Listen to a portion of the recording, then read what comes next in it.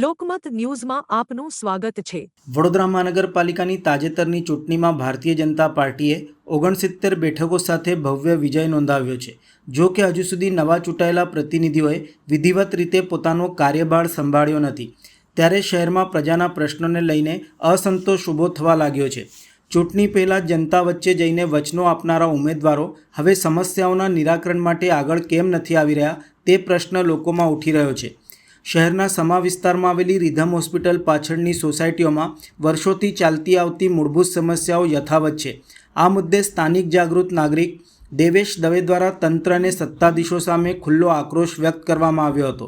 Smart city તરીકેના દાવાઓ વચ્ચે પણ અહીં વિશ્વામિત્રી નદીના કિનારે ગંદકીનું સામ્રાજ્ય ફેલાયેલું છે, સુરક્ષા દિવાલનો અભાવ છે અને અવાવરૂ જગ્યાએ અસામાજિક તત્વોના અડ્ડા બની ગયા છે તેવા આક્ષેપો કરતા હતા। સ્થાનિકો જણાવે છે કે વિસ્તારમાં દુર્ગંધ, ગંદકી અને વરસાદી સિઝનમાં પાણી ભરાવાની સમસ્યાઓથી જીવવું મુશ્કેલ બની ગયું છે। અનેક વખત રજૂઆતો કરવા છતાં તંત્ર દ્વારા કોઈ અસરકારક પગલાં લેવામાં આવ્યા નથી। દેવેશભાઈ દવેના જણાવ્યા મુજબ અગાઉ સ્ટ્રીટ લાઇટ તથા નદી કિનારે કચરો ન નખાય તે માટે રજૂઆતો કરવામાં આવી હતી, સાથે સેફ્ટી વોલ બનાવવાની માંગણી પણ અનેક વખત કરવામાં આવી છે। તેમ છતાં સંપૂર્ણપણે નિષ્ક્રિય તંત્ર હોય તેવું લાગી રહ્યું છે।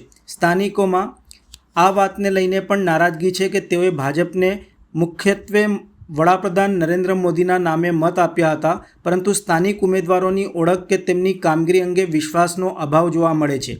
મતદાન બાદ પણ સમસ્યાઓનો ઉકેલ ન મળતા લોકોમાં ભારે અસંતોષ ફેલાયો છે। લોકોનું માનવું છે કે ચૂંટાયેલા પ્રતિનિધિઓએ ચૂંટણી સમયે જેમ પ્રજા વચ્ચે જઈને મત માંગ્યા હતા તેમ હવે પણ વિસ્તારોની મુલાકાત લઈને લોકોની સમસ્યાઓને સમજવી જોઈએ અને તેના આધારે આયોજનબદ્ધ રીતે વિકાસ કાર્યો હાથ ધરવા જોઈએ, નહીં તો પ્રજાનો વિશ્વાસ ગુમાવવાનો ખતરો ઊભો થઈ શકે છે। તમારો કયો વિસ્તાર છે, કેવા પ્રકારની સમસ્યા છે? મારું નામ દેવેશ દવે છે। હું અહીંયા આગળ શ્રવણ ગ્રીન એપાર્ટમેન્ટમાં રહું છું। આ સ્ટ્રીટ લાઇટોની બી વારંવાર રજૂઆત કરીને નખાવડાયેલી, એવી જ રીતે આ કચરા માટે અહીંયા આગળ કાયમ ઊભો રહીને લોકોને હું બોલું છું કે અહીંયા આગળ ના કરો। અને સૌથી વધારે અહીંયા આગળ હેરાનગતિ જતા આવતા લોકો કાયમ કચરા અહીંયા નાખીને જતા રહેશે। આ ઉપરાંત આ દિવાલ બે વર્ષથી આ દિવાલ તૂટી ગઈ છે, સેફ્ટી વોલ, એનું પણ કોઈ પણ વસ્તુ કરી નથી રહ્યા, કોઈ પણ એની પણ રજૂઆત કરવામાં આવી છે। અહીંયા સ્કૂલો છે, સ્કૂલને હિસાબે ટ્રાફિકની એટલી અવર જવર છે અને તેના લીધે બી ટ્રાફિકમાં પ્રોબ્લેમ થઈ રહ્યો છે। રજૂઆત કમસે કમ બી 10 વાર રજૂઆત કરેલી છે।